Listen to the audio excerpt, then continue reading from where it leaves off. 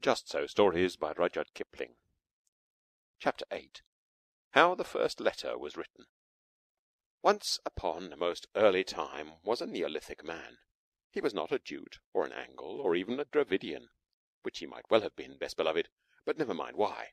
He was a primitive, and he lived cavily in a cave, and he wore very few clothes, and he couldn't read, and he couldn't write, and he didn't want to, and except when he was hungry he was quite happy.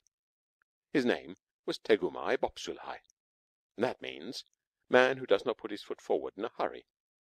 But we, O best beloved, will call him Tegumai for short.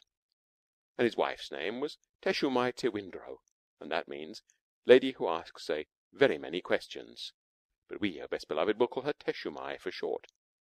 And his little girl daughter's name was Tafimai Metalumai, and that means small person without any manners who ought to be spanked. But I'm going to call her Taffy. She was Tegumai Bopsulai's best beloved, and her own mummy's best beloved, and she was not spanked half as much as was good for her. And they were all three very happy. As soon as Taffy could run about, she went everywhere with her daddy Tegumai, and sometimes they would not come home to the cave till they were hungry, and then Teshumai Tewindro would say, "Where in the world have you two been to get so shocking dirty? Really, my Tegumai, you're no better than my Taffy." Now, attend and listen. One day, Tegumai Bopsulai went down through the beaver swamp to the Wagai River to spear carpfish for dinner, and Taffy went too. Tegumai's spear was made of wood with shark's teeth at the end, and before he had caught any fish at all, he accidentally broke it clean across by jabbing it down too hard on the bottom of the river. They were miles and miles from home. Of course, they had their lunch with them in a little bag, and Tegumai had forgotten to bring any extra spears. "There's a pretty kettle of fish," said Tegumai. "It will take me half a day to mend this." "There's your big black spear at home," said Taffy. "Let me run back to the cave and ask Mummy to give it me." "It's too far for your little fat legs," said Tegumai. "Besides, you might fall into the beaver swamp and be drowned. We must make the best of a bad job." He sat down and took out a little leather mendy bag, full of reindeer sinews and strips of leather and lumps of beeswax and resin, and began to mend the spear. Taffy sat down too, with her toes in the water and her chin in her hand, and thought very hard. Then she said, "I say, Daddy, it's an awful nuisance that you and I don't know how to write, isn't it? If we did, we could send a message for the new spear." "Taffy," said Tegumai, "how often have I told you not to use slang? Awful isn't a pretty word. But it could be a convenience, now you mention it, if we could write home." Just then a stranger man came along the river, but he belonged to a far tribe, the Tewaras, and he did not understand one word of Tegumai's language. He stood on the bank and smiled at Taffy, because he had a little girl daughter of his own at home. Tegumai drew a hank of deer sinews from his mendy bag and began to mend his spear. "Come here," said Taffy. "Do you know where my mummy lives?" And the stranger man said, being, as you know, a Tewara. "Silly," said Taffy, and she stamped her foot, because she saw a shoal of very big carp going up the river just when her daddy couldn't use his spear. "Don't bother grown-ups," said Tegumai, so busy with his spear mending that he did not turn round. "I aren't," said Taffy. "I only want him to do what I want him to do, and he won't understand." "Then don't bother me," said Tegumai, and he went on pulling and straining at the deer sinews with his mouth full of loose ends. The stranger man, a genuine Tewara he was, sat down on the grass, and Taffy showed him what her daddy was doing. The stranger man thought, "This is a very wonderful child. She stamps her foot at me, and she makes faces. She must be the daughter of that noble chief, who is so great that he won't take any notice of me." So he smiled more politely than ever. "Now," said Taffy, "I want you to go to my mummy, because your legs are longer than mine, and you won't fall into the beaver swamp, and ask for Daddy's other spear, the one with the black handle that hangs over our fireplace." The stranger man, and he was a Tewara, thought, "This is a very, very wonderful child. She waves her arms and she shouts at me, but I don't understand a word of what she says. But if I don't do what she wants, I greatly fear that that haughty chief A man who turns his back on callers will be angry." He got up and twisted a big flat piece of bark off a birch tree and gave it to Taffy. He did this, best beloved, to show that his heart was as white as the birch bark, and that he meant no harm. But Taffy didn't quite understand. "Oh," she said, "now I see. You want my mummy's living address. Of course I can't write, but I can draw pictures if I've anything sharp to scratch with. Please lend me the shark's tooth off your necklace." The stranger man, and he was a Tawara, didn't say anything, so Taffy put up a little hand and pulled at the beautiful bead and seed and shark tooth necklace round his neck. The stranger man, and he was a Tawara, thought, "This is a very, very, very wonderful child. The shark's tooth on my necklace is a magic shark's tooth, and I was always told that if anybody touched it without my leave, they would immediately swell up or burst. But this child doesn't swell up or burst. And that important chief, man who attends strictly to his business, who has not yet taken any notice of me at all, doesn't seem to be afraid that she will swell up or burst. I had better be more polite." So he gave Taffy the shark's tooth, and she lay down flat on her tummy with her legs in the air, like some people on the drawing-room floor when they want to draw pictures. And she said, "Now, I'll draw you some beautiful pictures. You can look over my shoulder, but you mustn't joggle. First, I'll draw Daddy fishing. It isn't very like him, but Mummy will know, because I've drawn his spear all broken. Well, now I'll draw the other spear that he wants, the black-handled spear. It looks as if it was sticking in Daddy's back, but that's because the shark's tooth slipped, and this piece of bark isn't big enough. That's the spear I want you to fetch. So I'll draw a picture of me, myself, splaining to you. My hair doesn't stand up like I've drawn, but it's easier to draw that way. Now I'll draw you.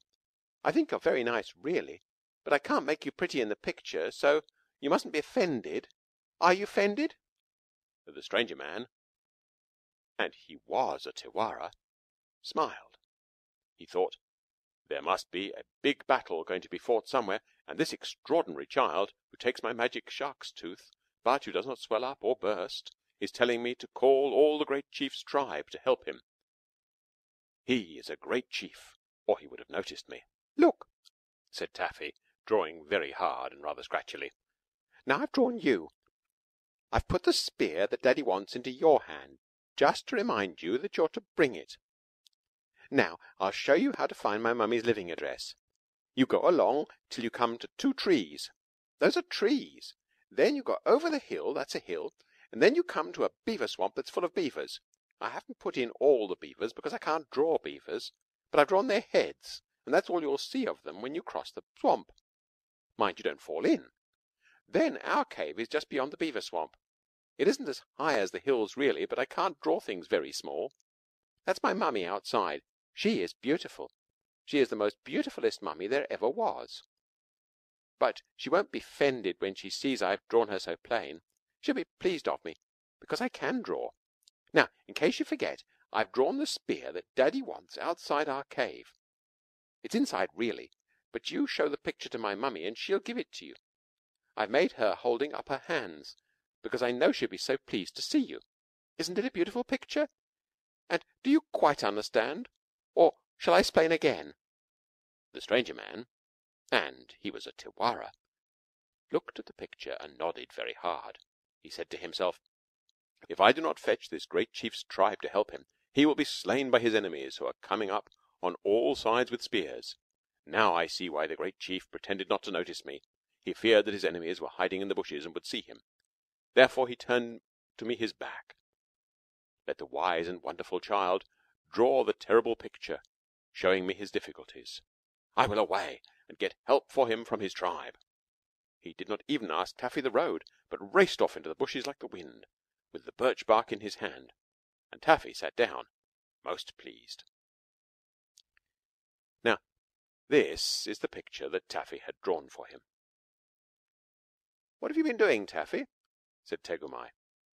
He had mended his spear and was carefully waving it to and fro. "It's a little arrangement of my own, Daddy dear," said Taffy. "If you won't ask me questions, you'll know all about it in a little time, and you'll be surprised. You don't know how surprised you'll be, Daddy. Promise you'll be surprised?" "Very well. said Tegumai, and went on fishing. The stranger man, did you know he was a Tewara?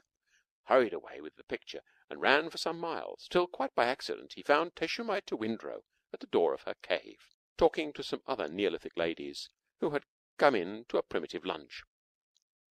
Taffy was very like Teshumai, especially about the upper part of the face and the eyes, so the stranger man, always a pure Tewara, smiled politely and handed Teshumai the birch bark. He had run hard, so that he panted, and his legs were scratched with brambles, but he still tried to be polite. As soon as Teshumai saw the picture, she screamed like anything and flew at the stranger man. The other Neolithic ladies at once knocked him down and sat on him in a long line of 6, while Teshumai pulled his hair.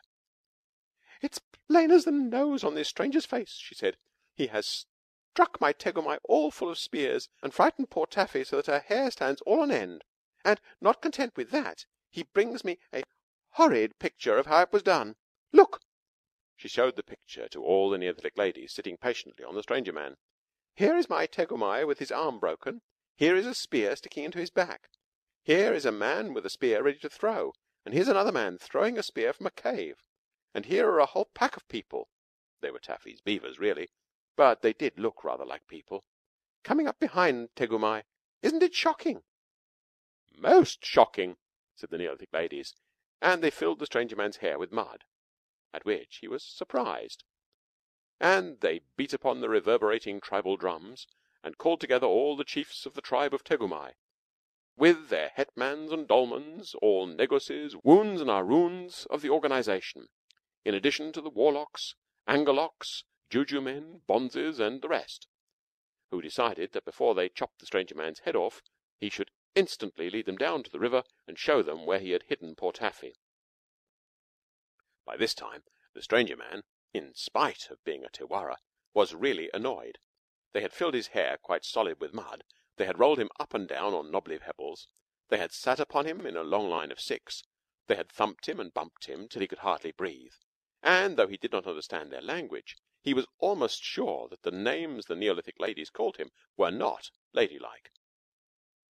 However, he said nothing till all the tribe of Tegumai were assembled, and then he led them back to the bank of the Wagai River, where they found Taffy making daisy chains, and Tegumai carefully spearing small carp with his mended spear. "Well, you have been quick," said Taffy. "But why did you bring so many people? Daddy dear, this is my surprise. Are you surprised, Daddy?" "Very," said Tegumai, "but it's ruined all my fishing for the day. Why, the whole dear, kind, nice, clean, quiet tribe is here, Taffy." And so they were.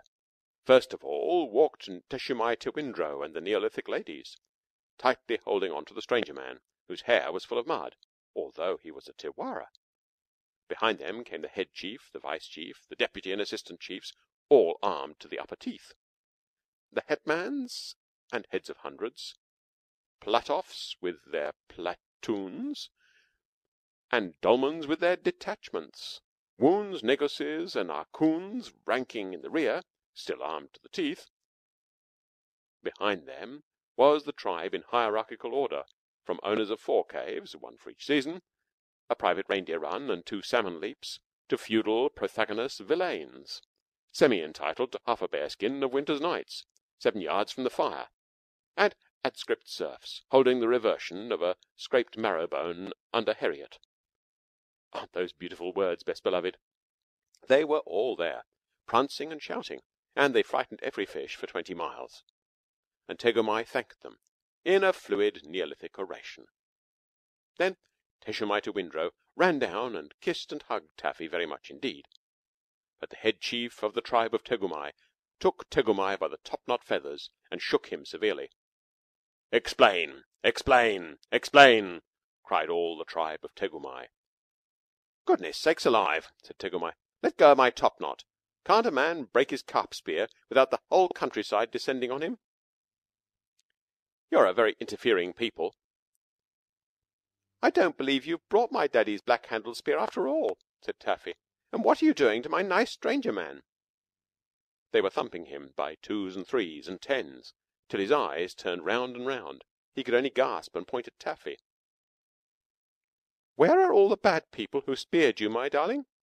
said Teshumai Tewindro.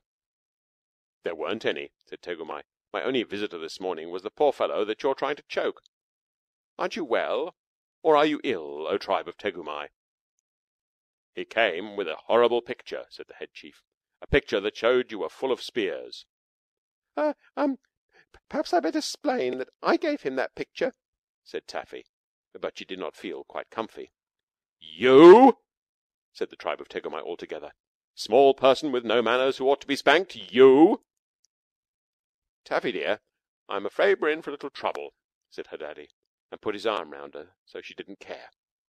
Explain, explain, explain, said the head chief of the tribe of Tegumai, and he hopped on one foot. I wanted the stranger man to fetch Daddy's spear, so I drawed it, said Taffy. There wasn't lots of spears, there was only one spear. I drawed it 3 times to make sure. I couldn't help it looking as if it stuck into Daddy's head. There wasn't room on the birch bark. And those things that Mummy called bad people are my beavers. I drawed them to show the way through the swamp, and I drawed Mummy at the mouth of the cave looking pleased, because he is a nice stranger man, and I think you're just the stupidest people in the world, said Taffy. He's a very nice man. Why have you filled his hair with mud? Wash him. Nobody said anything at all for a long time, till the head chief laughed. Then the stranger man, who was at least a Tiwara, laughed. Then Tegumai laughed till he fell down flat on the bank. Then all the tribe laughed more and worse and louder. The only people who did not laugh were Teshumai Tewindro and all the Neolithic ladies. They were very polite to all their husbands, and said "idiot" ever so often. Then the head chief of the tribe of Tegumai cried and said and sang, "O small person without any manners who ought to be spanked, you've hit upon a great invention." I didn't intend to. I only wanted Daddy's black-handled spear, said Taffy. Never mind, it is a great invention, and some day men will call it writing. At present it's only pictures, and, as we have seen today, pictures are not always perfectly understood. But a time will come, O babe of Tegumai, when we shall make letters, all 26 of them, and when we shall be able to read as well as to write, and then we shall always say exactly what we mean without any mistakes. Let the Neolithic ladies wash the mud out of the stranger's hair. I should be glad of that, said Taffy, because after all, though you've brought every single other spear in the tribe of Tegumai, you've forgotten my Daddy's black-handled spear. Then the head chief cried and said and sang, "Taffy, dear, the next time you write a picture letter, you'd better send a man who can talk our language with it to explain what it means. I don't mind it myself, because I am head chief, but it's very bad for the rest of the tribe of Tegumai, and, as you can see, it surprises the stranger." Then they adopted the stranger man, a genuine Tiwara of Tewa, into the tribe of Tegumai, because he was a gentleman and did not make a fuss about the mud that the Neolithic ladies had put into his hair. But from that day to this, and I suppose it is all Taffy's fault, very few little girls ever liked learning to read or write. Most of them prefer to draw pictures and play about with their daddies, just like Taffy. There runs a road by Merrowdown, a grassy track today it is, an hour out of Guildford town, above the river Wey it is. Here, when they heard the horse bells ring, the ancient Britons dressed and rode to watch the dark Phoenicians bring their goods along the western road. And here, or hereabouts, they met to hold their racial talks and such, to butter beads for Whitby jet, and tin for gay shell talks and such. But long and long before that time, when bison used to roam on it, did Taffy and her daddy climb that down and had their home on it. Then beavers built in Broadstone Brook, and made a swamp where Bramley stands. And here's from Sheer would come and look for Taffymai where Shamley stands. The way that Taffy called Wagai was more than 6 times bigger then, and all the tribe of Tegumai, they cut a noble figure then. End of How the First Letter Was Written by Rudyard Kipling.